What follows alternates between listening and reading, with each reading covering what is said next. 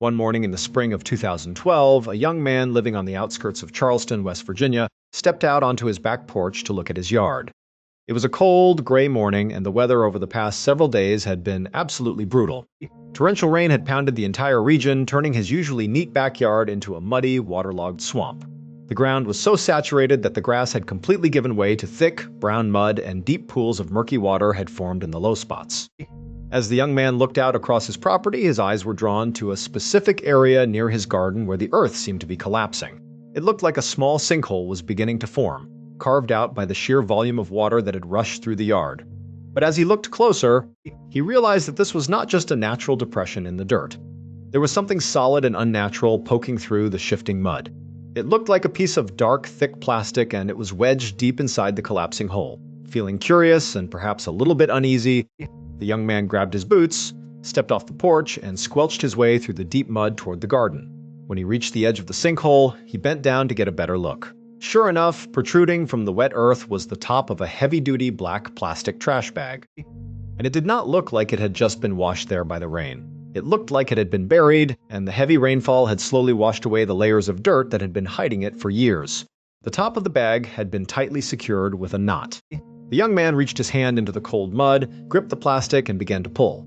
The bag was incredibly heavy, far heavier than he had expected, and he had to use both hands to drag it completely out of the collapsing earth.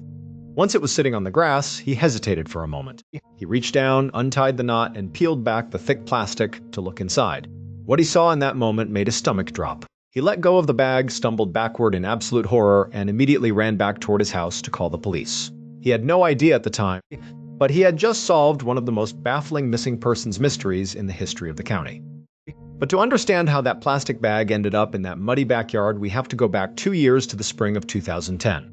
At that time, 64-year-old Kathy Goble was living a very quiet, comfortable life in Charleston, West Virginia. Kathy was an incredibly warm, energetic, and popular woman who had worked for 10 years as a sales clerk at an upscale men's clothing store in town. Kathy absolutely loved her job, and she was very good at it. The boutique was a high-end establishment where wealthy businessmen, lawyers, and doctors went to buy custom, tailored suits. Over the decades she spent working there, the staff had become like a second family to Kathy, and she had built incredible, long-lasting relationships with her customers. In fact, she was so good at making people feel comfortable and cared for that men from all over the region would specifically request Kathy to help them select their clothes. She had a unique talent for remembering people's names, their families, and their style preferences, which made her a highly valued employee. On Saturday, April 24, 2010, around noon, Kathy was working her usual shift. She grabbed a designer suit jacket off the rack and walked it over to a regular customer named Dr. Harry King. Harry was a wealthy radiologist who had been coming to the store for many years. Kathy helped him slide his arms into the sleeves of the jacket and smoothed out the shoulders. Harry turned toward the large mirror, looked at his reflection, smiled, and told Kathy that the suit looked absolutely fantastic. But their relationship was much more complicated than a simple clerk and customer dynamic. Even though Harry was married, and even though Kathy was in a committed, long-term relationship, the two of them were actually having a secret, passionate affair. Harry had a lot of money, and he loved to shower Kathy with expensive gifts. He had recently paid thousands of dollars to have her entire kitchen completely remodeled, and just a couple of weeks prior, he had taken her on an expensive trip across the country to San Francisco. When Kathy went on that trip, she had lied to her longtime boyfriend, Fred Frell, telling him that she was going on a girls' trip to visit an old high school friend. Kathy did feel guilty about lying to Fred, but the truth was, her relationship with him was on shaky ground anyway. They'd been dating for about 2 years, and Fred was a very nice, stable man. But recently, Fred had asked Kathy to marry him. Instead of saying yes, Kathy had hesitated. She told him that she needed some time to think about it. The big reason Kathy was on the fence about marriage in general was because she had already been divorced twice. She had fought hard to rebuild her life, and she loved having her own home, her own money, and her own independence. She was not sure she wanted to tie herself to another husband again. But she also could not bring herself to break up with Fred, so she was stuck in a holding period. She figured that as long as her affair with Harry remained a secret, nobody would get hurt, and she would eventually figure out what she wanted. After Kathy finished ringing up Harry's new suit, Harry leaned over the counter and asked her if she wanted to go grab some lunch. Kathy smiled, grabbed her purse, and said she would love to. They spent an hour together at a local restaurant, enjoying each other's company away from the eyes of the town. But when Kathy returned to the clothing store after her lunch break, the pleasant mood of her day immediately evaporated. As she walked through the doors, she noticed a young woman standing near a rack of shirts at the back of the store. The woman's clothes were ragged, her hair was unkempt, and she looked completely out of place in the high-end boutique. As Kathy walked closer, her heart sank. She recognized the young woman as Jessica Fisher, the daughter of one of her coworkers. Jessica was a young woman who was struggling with a very severe drug addiction. Every now and then, Jessica would come into the store looking desperate, anxious, and sick, and she would beg Kathy to give her some of her prescription Xanax pills. Kathy had a soft heart, and in the past, she had felt so sorry for Jessica that she had given her a few pills just to help her get through the day. But today, Jessica looked terrible. She was sweating, her hands were shaking, and her eyes were wide and frantic. Kathy realized that by giving Jessica the pills, she was not helping her. She was actually enabling a very destructive addiction. Kathy decided right then and there that she had to put her foot down and stop. When Jessica approached Kathy and quietly asked if she had any pills on her today, Kathy looked her in the eyes and firmly said no. Jessica did not take this rejection well. She immediately lost her temper and began screaming at Kathy in the middle of the store. She made a massive scene, shouting accusations and drawing the attention of every customer in the building. Kathy's manager heard the commotion and came running over to intervene. After a tense few moments of shouting, Jessica finally gave up, spun on her heel, and ran out the front door, slamming it behind her. The entire encounter left Kathy deeply shaken. She was trembling, and for the rest of her shift, she was in a state of high anxiety. She could not stop worrying that Jessica might be waiting for her outside in the parking lot, angry and seeking revenge. By the time 5 o'clock rolled around and the store was preparing to close, Kathy's anxiety had not faded. She was genuinely afraid to walk out to her vehicle alone. She turned to one of her male coworkers, a shoe salesman named Charles March, and asked him if he would mind walking her to her car. Charles was a polite, quiet man who was always helpful to everyone on staff. He immediately agreed. The two of them walked out the front doors together, scanning the parking lot for any sign of Jessica or anyone else lurking in the shadows. The parking lot was quiet, and there was no sign of trouble. Kathy walked to her silver Honda SUV, thanked Charles for his kindness, and climbed inside. Once she was in her car, Kathy immediately locked all the doors and let out a deep sigh of relief. She felt safe inside her vehicle. As she started the engine, she decided to call her boyfriend, Fred. Fred was currently out of town on a weekend fishing trip, enjoying the quiet wilderness. When Fred answered, Kathy told him about her stressful day, though she omitted her lunch with Harry. She then told Fred that she was planning to go over to his apartment that evening to clean it up for him so that it would be spotless and welcoming when he returned home the next day. Fred told her she really did not have to do that, but Kathy insisted. She said she would head over there later that night, and then they hung up. But before she went to Fred's apartment, Kathy had one more stop to make. She drove to the home of her ex-husband, David McCartney.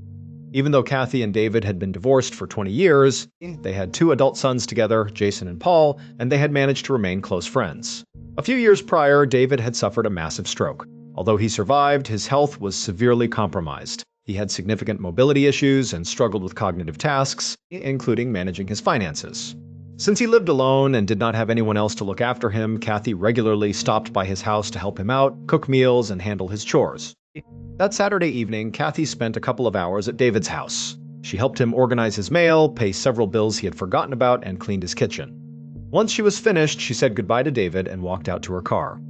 Her next stop was a local Walmart, where she bought some groceries and a variety of cleaning supplies to take to Fred's apartment. Around 8:30 in the evening, Kathy was driving toward Fred's apartment complex. She was on the phone with her close friend, Laura Henderson, chatting about her plans. She told Laura that she had just left David's house and had stopped at Walmart, and that she was really looking forward to getting to Fred's apartment, doing some light cleaning, and then just relaxing by herself for the rest of the night. Kathy eventually pulled into the parking lot of Fred's apartment building and parked her silver Honda SUV in the driveway. She remained on the phone with Laura as she gathered her grocery bags, her purse, and her keys, and began walking up the steps toward Fred's front door. But as she was inserting her key into the lock, she suddenly stopped. Through the phone, Laura heard Kathy's voice change. Kathy told Laura that she had to go because she saw someone walking toward her. She then said, "We are going into Fred's apartment," and she hung up the phone. 2 days later, on the morning of Monday, April 26th, Kathy's 36-year-old son, Jason McCartney, was at his home when his phone rang. It was Kathy's boss from the men's clothing store. The boss sounded incredibly concerned. He explained that Kathy had not shown up for her scheduled shift that morning, which was completely unlike her. She was incredibly punctual and had never missed a day of work without calling in first. The boss had tried calling her cell phone multiple times, but it went straight to voicemail. Jason immediately tried calling his mother himself, but her phone was still off. Feeling a deep sense of dread, Jason drove over to his mother's house. The house was located on a quiet suburban street. When Jason arrived, he saw that the house was quiet and dark. He knocked on the front door, calling out for his mom, but there was no answer. He used his spare key to unlock the door and stepped inside. He walked through every single room, calling her name, but the house was completely empty. There was no sign of struggle, but Kathy was nowhere to be found. He also noticed that her purse was missing, and when he checked the garage, her silver Honda SUV was gone as well. Jason walked back to his car, pulled out his phone, and called his mother's boyfriend, Fred. He asked Fred if Kathy was with him. Fred sounded surprised and said no. In fact, Fred explained that he had just returned home from his fishing trip on Sunday afternoon, the day before. When he walked into his apartment, he had found something extremely bizarre. Sitting right on his kitchen counter were Kathy's cell phone, her daily medication, and her spare set of car keys. The apartment itself was exceptionally clean, as if it had been thoroughly scrubbed from top to bottom. But Kathy was not there, and her SUV was not parked in his driveway. Fred said he had assumed Kathy had simply gone home and left her things behind by accident, but he had not heard from her since their phone call on Saturday evening. At this point, Jason's heart was pounding. He knew his mother would never leave her phone, her keys, and especially her vital daily medication behind on a counter and simply vanish. He knew something terrible had happened. Jason did not hesitate. He immediately called his childhood friend, Detective Brian Carper of the Kanawha County Sheriff's Department, and reported his mother missing. Later that morning, Detective Carper arrived at Fred's apartment. Carper had known Jason for decades, and because of that, he had also known Kathy for a very long time. He knew her to be a responsible, loving, and deeply stable woman. He knew instantly that this was not a case of a woman simply deciding to run away from her life. Something was very wrong. Carper knocked on Fred's apartment door, and Fred answered. Fred was a spry, active man in his mid-70s. He invited Carper inside, and they sat down at the kitchen table. Carper began by asking Fred to recount his exact timeline. Fred explained that Kathy had called him on Saturday night while he was on his fishing trip, offering to clean his apartment. When Fred got home on Sunday, the apartment was spotless. He noticed that several lights had been left on, a window was open, and Kathy's cell phone, keys, and medication were sitting on the counter. Carper walked over to the counter and looked at the items. He turned back to Fred and asked him if it did not strike him as incredibly suspicious that Kathy would leave these vital personal belongings behind. Fred shrugged and said that Kathy could be quite forgetful sometimes. But as Fred said this, Carper noticed that he looked away, refusing to make direct eye contact. Fred's body language was incredibly tense, and he seemed very nervous. Furthermore, Carper picked up on a chilling linguistic detail. Fred had referred to Kathy in the past tense. He had said she was forgetful, not she is forgetful. To an experienced investigator, this was a massive red flag. People who have committed a crime often unconsciously refer to their victims in the past tense because they know they are already dead. Carper decided right then that Fred was a primary suspect. He told Fred that he needed to come down to the sheriff's department for a formal interrogation. Fred agreed to go. Before they walked out the door, Carper quietly grabbed Kathy's spare car keys off the counter and slipped them into his pocket. Back at the station, detectives interrogated Fred for hours. But Fred maintained his innocence, sticking firmly to his story about being away on a fishing trip all weekend. Meanwhile, Detective Carper obtained Kathy's phone records from Saturday. He saw that after she left work, she had made and received several calls. The last two people she had spoken to were her ex-husband, David McCartney, and her friend, Laura Henderson. Carper drove to David McCartney's home to interview him. David was frail and had clear physical limitations from his stroke. He confirmed that Kathy had stopped by his house on Saturday evening to help him pay bills. He said she had left his house around 8:30. David was visibly devastated when Carper told him Kathy was missing. Looking at David's weak physical condition, Carper realized it was physically impossible for this man to have overpowered or harmed Kathy. He simply did not have the strength or mobility to commit a violent crime. Next, Carper visited Laura Henderson. Laura was extremely emotional and worried. She told Carper about her phone call with Kathy on Saturday night. She described how Kathy was walking up to Fred's apartment when she suddenly saw someone in the dark and said, "We are going into Fred's apartment," before hanging up. Carper pressed Laura on this. He asked her if she was absolutely sure Kathy had used the word we. Laura was positive. Kathy had said we, meaning she was not alone when she walked into that apartment. She had gone inside with someone else. As Carper was leaving Laura's house, his cell phone rang. It was a deputy on patrol. The deputy explained that he had just located Kathy's silver Honda SUV. It was parked on the shoulder of the highway near an exit about 15 miles outside of Charleston. Carper immediately rushed to the location. When he arrived, he saw the SUV parked in a wooded area on the side of the road. A white towel was jammed into the driver's side window. This was a common signal used by drivers to show that their car had broken down and they had gone to get help. Carper approached the vehicle. The doors were locked, and there was no one inside. He pulled Kathy's spare keys out of his pocket and unlocked the door. He checked the interior, but there was no sign of a struggle, no blood, and Kathy's purse was missing. Carper sat in the driver's seat, inserted the key, and turned the ignition. The engine started instantly and ran perfectly. He looked at the dashboard and saw that the car had a half tank of gas. This was highly alarming. If the car was running perfectly, there was no reason for it to be abandoned on the side of the highway with a white towel in the window. Why would Kathy drive 15 miles out of town in the middle of the night, leave her perfectly functional car, and walk away without her phone or medication? The answer was obvious. Kathy had not parked the car there.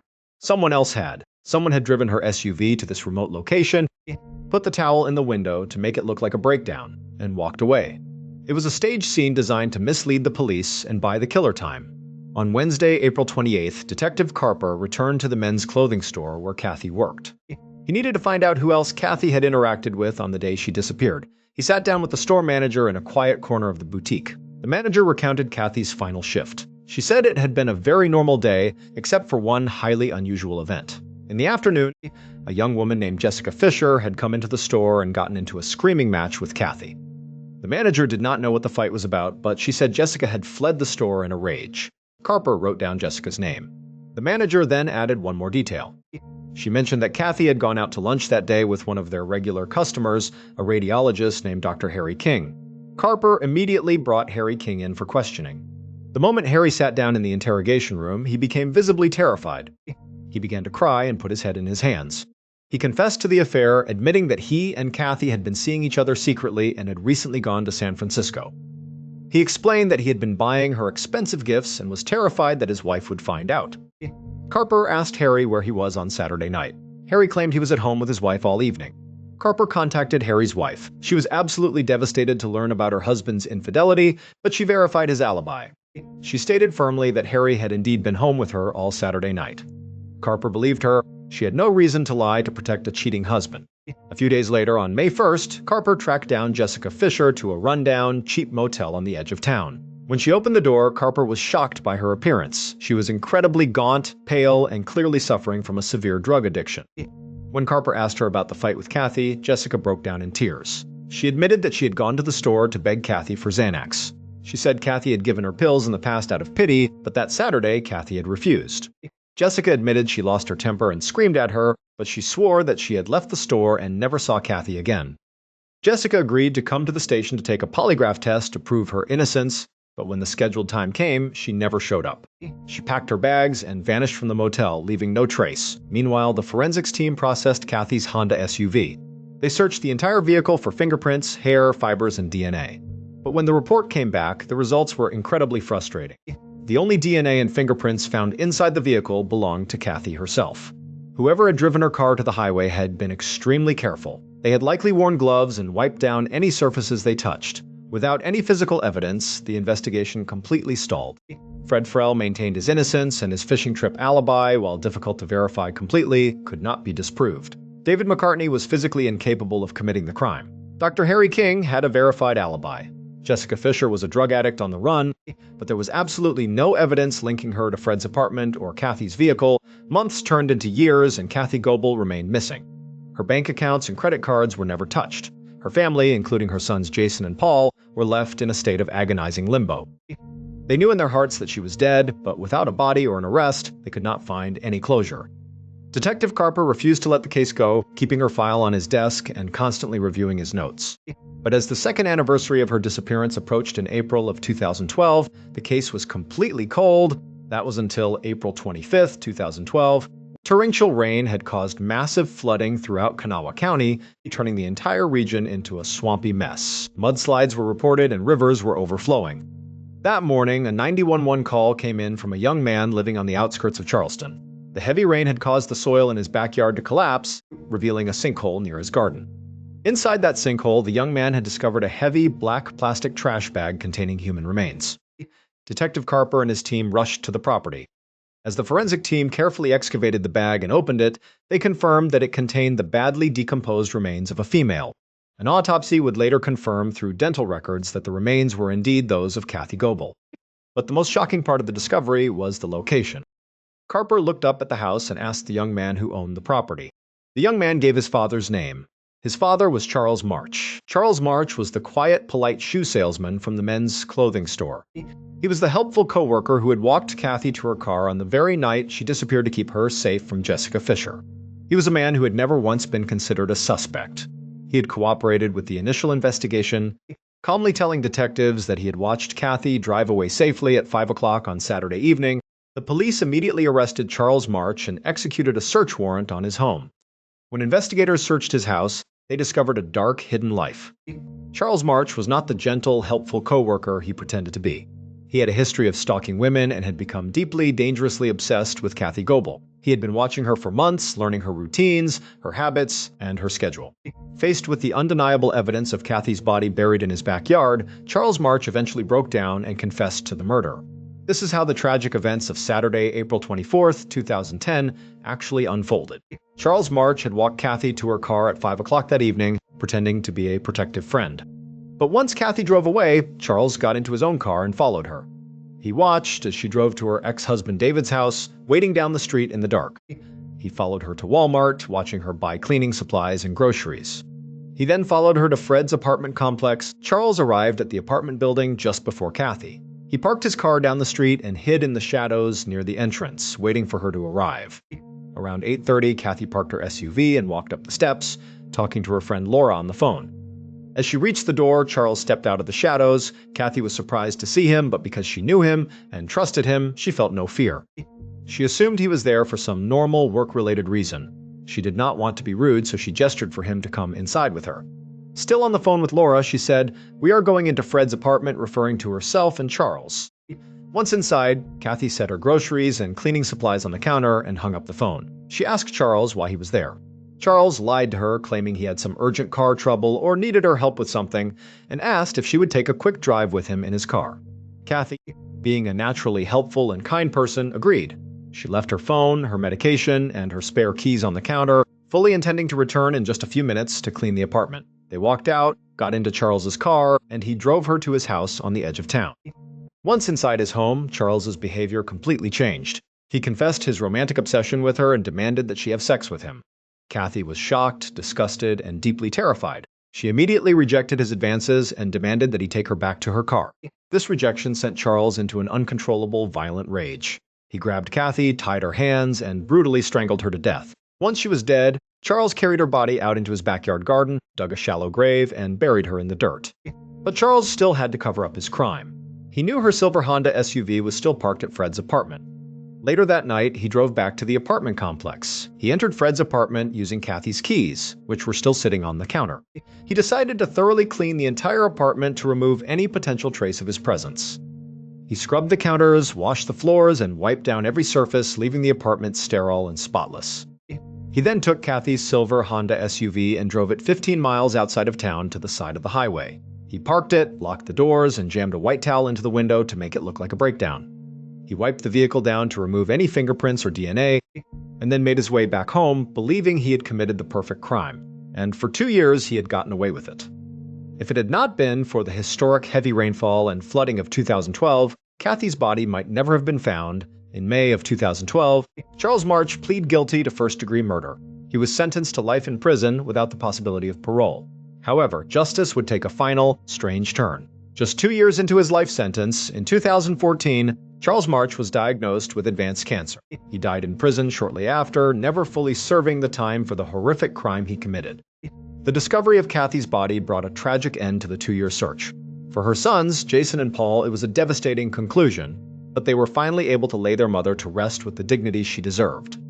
The men's clothing store where Kathy had worked was never the same, as her co-workers were haunted by the realization that they had worked alongside a monster for years, completely unaware of the darkness he hid behind his polite smile. Kathy's story remains a chilling reminder that sometimes the most dangerous people are the ones who pretend to be our protectors. Thank you so much for watching. Let me know what you thought of today's episode in the comments. And remember, we have a whole playlist of true crime episodes ready for you to binge right now. Until next time, see ya.